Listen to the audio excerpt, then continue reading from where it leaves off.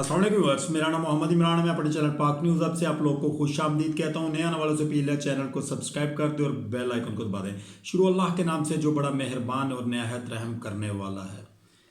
पाकिस्तान के हर कोने के अंदर और पूरी दुनिया में जहाँ जहाँ नून लीग वाले या जहाँ जहाँ काजी साहब पहुँच रहे हैं वहाँ वहाँ उनकी हौसला अफजाई और इज़्ज़त अफजाई हो रही है। जिसको नवाज शरीफ साहब ये चीज़ कह रहे हैं कि इनको अक्ल नहीं है, इनको तमीज़ नहीं है, ये गालियाँ देते हैं, अंडे मारते हैं, टमाटर मारते हैं और बहुत कुछ इन लोगों के साथ हो रहा है। इनको अपोलोजाइज़ करना चाहिए और अल्लाह ताला से भी इनको माफ़ी मांगनी चाहिए कि ऐसा क्या गुनाह सरजद हो गया या जानबूझकर इनसे हो गया है कि इनकी इतनी इज्जत अफजाई पूरी दुनिया के अंदर हो रही है।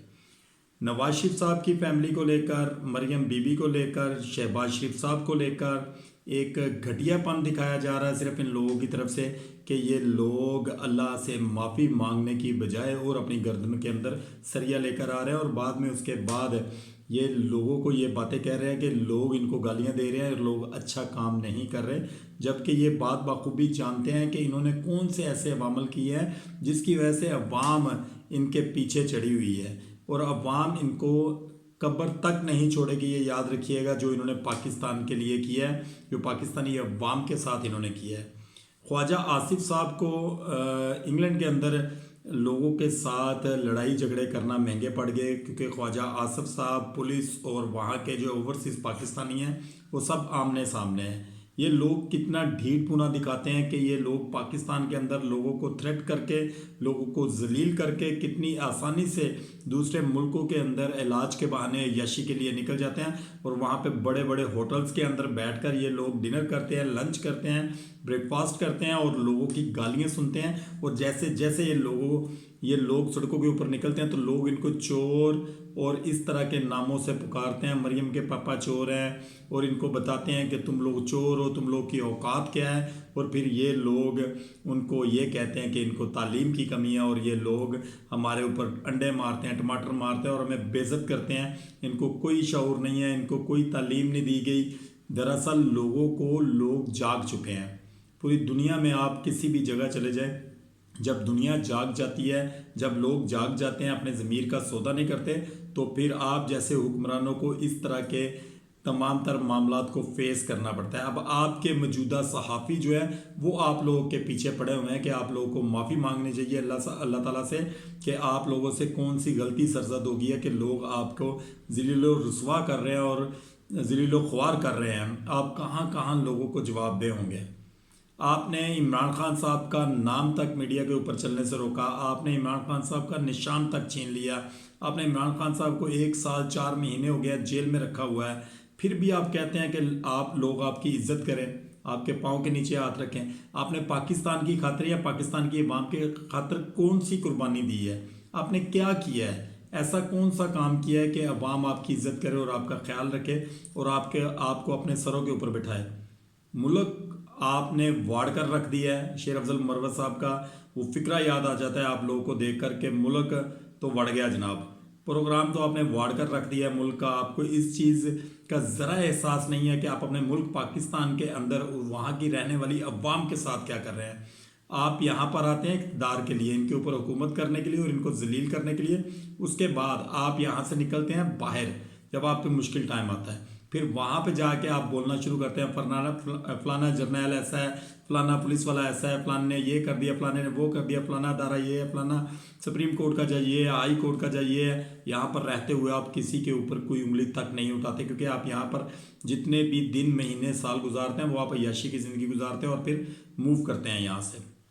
खैर, आप लोगों को अल्लाह ताला नेक हिदायत दे और आपको माफ़ी मांगने की तौफीक अता फरमाए, लोगों से भी और अल्लाह ताला से भी जनाब।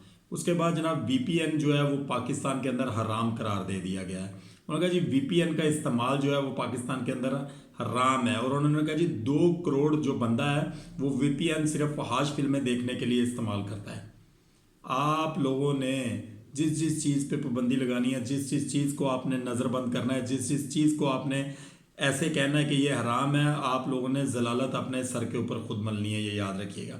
आप सोशल मीडिया को, आप इलेक्ट्रॉनिक मीडिया को कंट्रोल करने के लिए VPN को जो है वो हराम करार दे दें, आप फायर वॉल्स लगा दें, आप जो मर्ज़ी कर लें, लेकिन जो पैगाम है खान साहब का वो लोगों तक पहुंचेगा और लोग उसके ऊपर मनोमन जो है वो अमल करेंगे और ख़ान साहब को इंशाल्लाह ताला इसका रिजल्ट देंगे। जो खान साहब ने 24 नवंबर का ऐलान किया, अनाउंस किया है कि पूरा पाकिस्तान 24 नवंबर को निकलेगा। कुछ लोग ये हीले बहाने कर रहे हैं कि जी पीटीआई जो रहनुमा है, जो काबीना है पीटीआई की, उनके अंदर खान साहब की आखिरी कॉल को लेकर लड़ाई झगड़े पाए जा रहे हैं, क्योंकि वो भी ये चाहते थे कि आखिरी कॉल ना दी जाए पाकिस्तान के अंदर किसी भी किस्म की पीटीआई की तरफ से। मंसूर अली खान साहब भी कल की यही भागदौड़ में लगे हुए हैं कि इन लोगों की आपस में लड़ाई करवाई जाए कि कोई भी बंदा इसके ऊपर राज़ी नहीं है आखिरी कॉल के ऊपर। लेकिन उसके अगेंस्ट में जनाब ये चीज़ें हराम करार दे रहे हैं। तो हलाल चीज़ें क्या हैं पाकिस्तान के अंदर जो ये लोग कर रहे हैं, ये मौजूदा गवर्नमेंट कर रही है या इस्टेब्लिशमेंट कर रही है। हलाल काम इन्होंने क्या किया है? हलाल काम ये है कि आप लोगों के घरों में घुसे हैं, लोगों की चादर और चारदीवारी का तकद्दस पामाल किया है, लोगों की बेटियों को उठाया, बेटों को उठाया, माओ को उठाया, बहुओं को उठाया, बहनों को उठाया, बीवियों को उठाया। आपने ये हलाल काम किए हैं।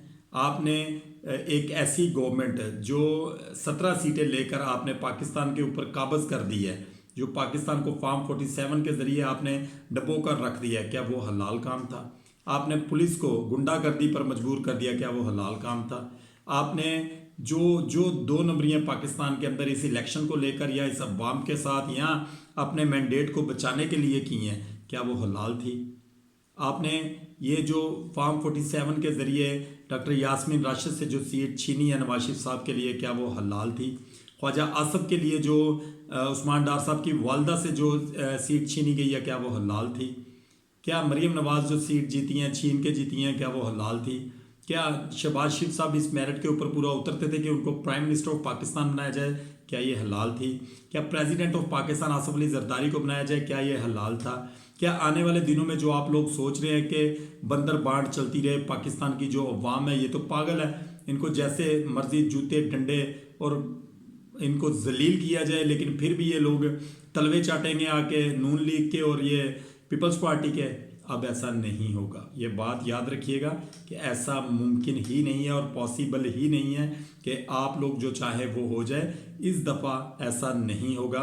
पाकिस्तान के अंदर अवाम को 80% शऊर आ चुका है, 20% जो शऊर नहीं आ रहा वो जियाले और पटवारी हैं जनाब। जब उनको शऊर आएगा तो वो ये बात समझेंगे, तो फिर पूरा पाकिस्तान एक पेज पर आकर आप लोगों की काया पलटेगा। फिर वो बताएंगे आप लोगों को गिरेबान। अभी तो आप लोगों को गालियाँ पड़ रही हैं, अभी तो आप लोगों को जूते पड़ने हैं जनाब, अभी तो आप लोगों के गिरेबान फाड़े जाने हैं, अभी तो आप लोगों के आपको घर बदर किया जाएगा, अभी तो आप लोगों के साथ वो किया जाएगा कि आप पाकिस्तान के अंदर दोबारा शक्ल दिखाने के भी काबिल नहीं रहेंगे। ये याद रखिएगा। जो कंडीशन जो आपने ये सारा कुछ पाकिस्तान के साथ किया है, ये बात याद रखिएगा कि आपको इस चीज़ का जवाब देना पड़ेगा। इसके अलावा पॉसिबल ही नहीं है कि आपकी जान छूट जाए। हर अमल का जो होता है ना जनाब, मकाफात अमल है कि ये आपके ऊपर ये काम ऐसे हो रहे हैं। जिन पर अरूज आता है जवाल भी उन्हीं पर आता है। आपके ऊपर जो अरूज आया था ना, अब आपकी जवाल की बारी है जनाब। आपने एक ऐसे शख्स को, बेगुनाह शख्स को जेल के अंदर रखा हुआ है, सलाखों के पीछे रखा हुआ है, जो पाकिस्तान छोड़ने के लिए भी तैयार नहीं है। अगर आप जैसा कोई बंदा होता है, यकीन करें, जो जेल इमरान खान साहब काट रहे हैं, आप एक दिन भी ऐसी जेल ना काटते। आप लोग की सोच है कि आप लोगों ने किस तरह जेल के अंदर खान साहब को रखा है, लेकिन वो दिलेर आदमी, वो तनहा आदमी खड़ा है और वो खड़ा रहेगा। वो कहता है मेरा जीना मरना पाकिस्तान के अंदर है, मैं पाकिस्तान से बाहर नहीं जाऊंगा। 24 नवंबर की कॉल इमरान खान साहब की तरफ से है और इमरान खान साहब की कॉल को ऑनर किया जाएगा पूरी पाकिस्तान के अंदर और अवाम निकलेगी। अगर इस दफ़ा अवाम निकल आई, ये बात याद रखिएगा, तो इस मुल्क की काया पलट सकती है। मुल्क के अंदर आने वाले दिन जो है वो पाकिस्तान के मुस्तहकम हो सकते हैं, अच्छे हो सकते हैं, माशियत अच्छी हो सकती है, ये याद रखिएगा। दूसरी तरफ जनाब, इमरान खान साहब की कॉल के ऊपर लेकर जो चैम गोइयाँ चल रही थी, जो ये सारा कुछ हो रहा था पाकिस्तान के अंदर कि ये होने जा रहा है, वो होने जा रहा है, फलाना हो रहा है, ढिमकाना हो रहा है, आपस में लड़ पड़े हैं, इन तमाम तर चीज़ों को सामने लाने के लिए आपके लिए जनाब आज की डेट के अंदर CM हाउस जो है KPK का, वहाँ के अंदर PTI की मीटिंग हुई है और मीटिंग के अंदर 5 बंदों ने ख़िताब किया और 5 बंदों के ख़िताब के अंदर पहला ख़िताब जनाब हुआ है गौहर अयूब साहब ने किया है, ठीक है। और आपके जो बैरिस्टर साहब हैं, चेयरमैन जो नायब चेयरमैन है इसके इस वक्त जो इमरान खान साहब ने बनाए हैं चेयरमैन पीटीआई, उन्होंने किया है। और राजा सुलेमान साहब ने किया है जो एडवोकेट हैं इमरान खान साहब के, ठीक है। उसके बाद अलीमीन गंडापुर साहब ने किया है और शेख वकास साहब ने किया है। और उसके साथ साथ जो सबसे एंड के ऊपर और जानबदार किस्म का खिताब हुआ है वो किया है बुशरा बीबी ने।